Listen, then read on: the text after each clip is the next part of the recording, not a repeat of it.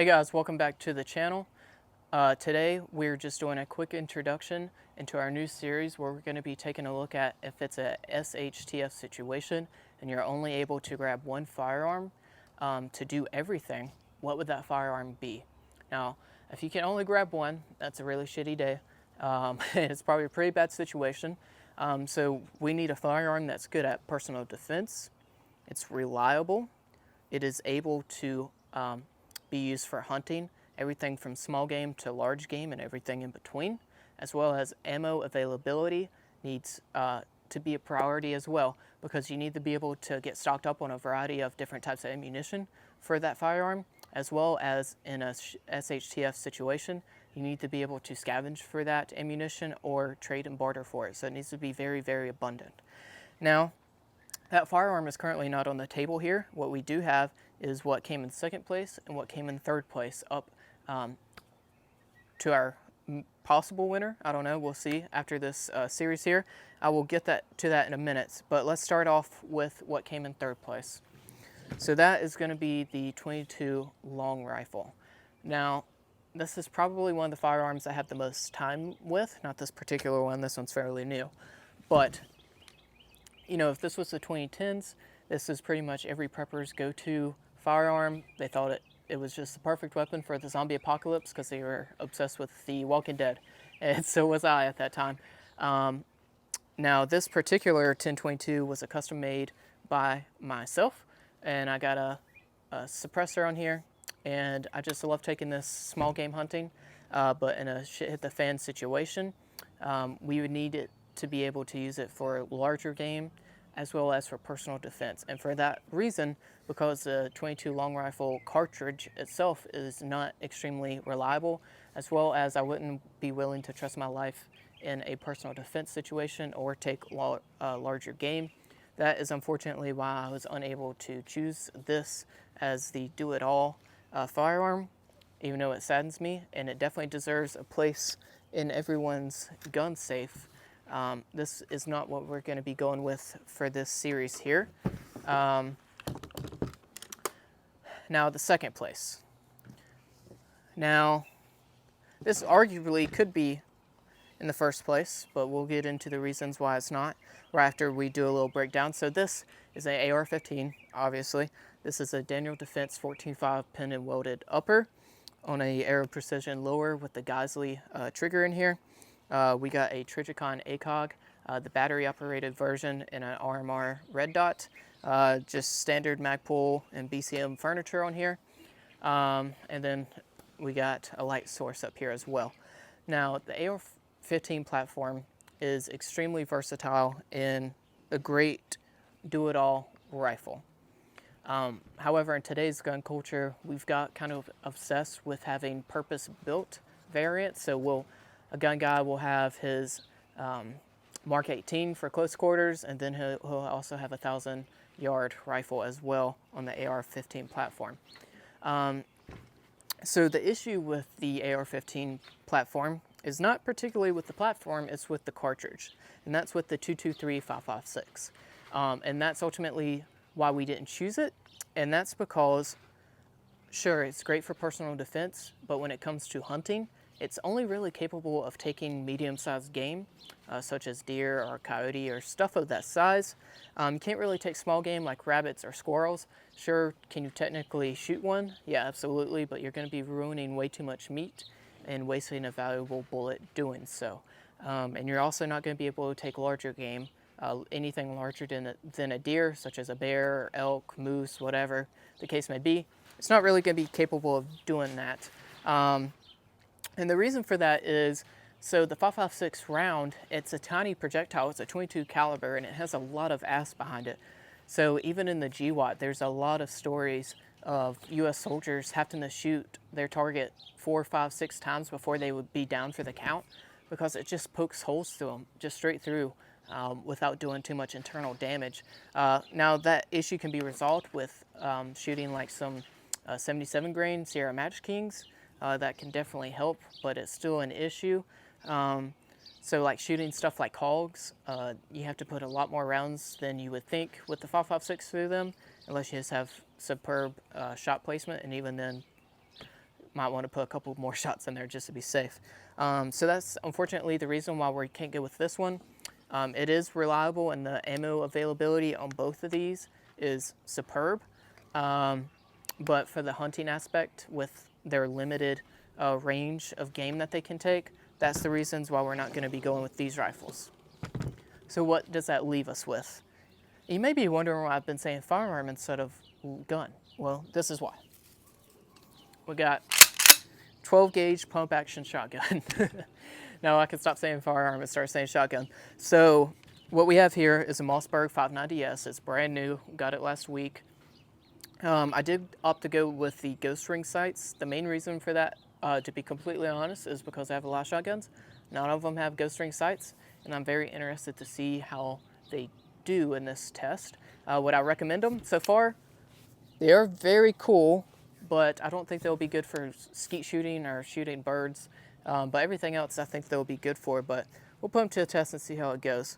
But anyways, to the main point, why are we testing the 12 gauge shotgun? Well, ammo availability. Let's start with that one. Let's put this down and show you everything you can use with this platform. So a normal 12 gauge shotgun can shoot all of these: birdshot, turkey loads, buckshot, and slugs. Now this particular firearm can also shoot mini shells. That's where it gets the S from its name from. And these things are tiny. I mean, just look how small these things are. It's very cool. So, ammo availability. Obviously, there's several different types of ammunition, but on top of that, the availability has always been there. I mean, look at 2020. That's probably, in my lifetime, the hardest it's ever been to get ammunition. And you could still go to Walmart and find 12 gauge, which blew my mind. Even when there was no 22, there was 12 gauge. Still to this day, it kind of blows my mind a little bit.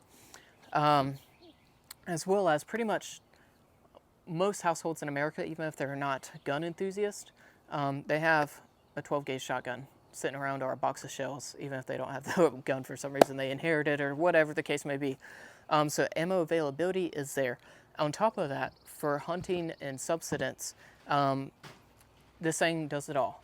It does small game, large game, medium game, and on top of that, it also is the only option for hunting birds. So you got your birdshot here, great for small game, so squirrels, rabbits, anything smaller than like a raccoon, this is great for. You got your turkey shot for taking out turkeys. And then buckshot. Now we can use buckshot for a lot of different things. We can use it for personal defense. You can also use it for defeating some type of barrier, as well as you can use it for hunting. So you can hunt deer, as there's a deer on here. You can use it for bears. You can use it for a lot of different things, hogs as well. And then, of course, you got the slug. Now, slugs can be used for personal defense, although I would personally recommend this over that. And you can also use it for hunting deer, bear, etc., and it extends your range quite a bit. This brings your effective range up to about 100 yards. 100 yards is kind of pushing it, but it's still technically feasible.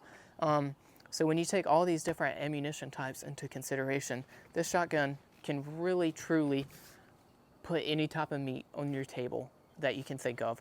And that's something, unfortunately, the AR-15 platform or the 22 platform is incapable of doing. Now, hunting and all that, that's very important in a survival situation, of course, but so is self-defense.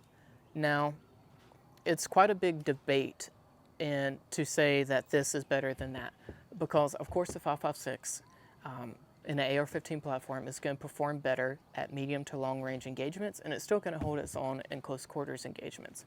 However, the 12 gauge shotgun, where from the GY, you had those over penetration issues and not stopping people issues because the round's just going so fast it goes right through them.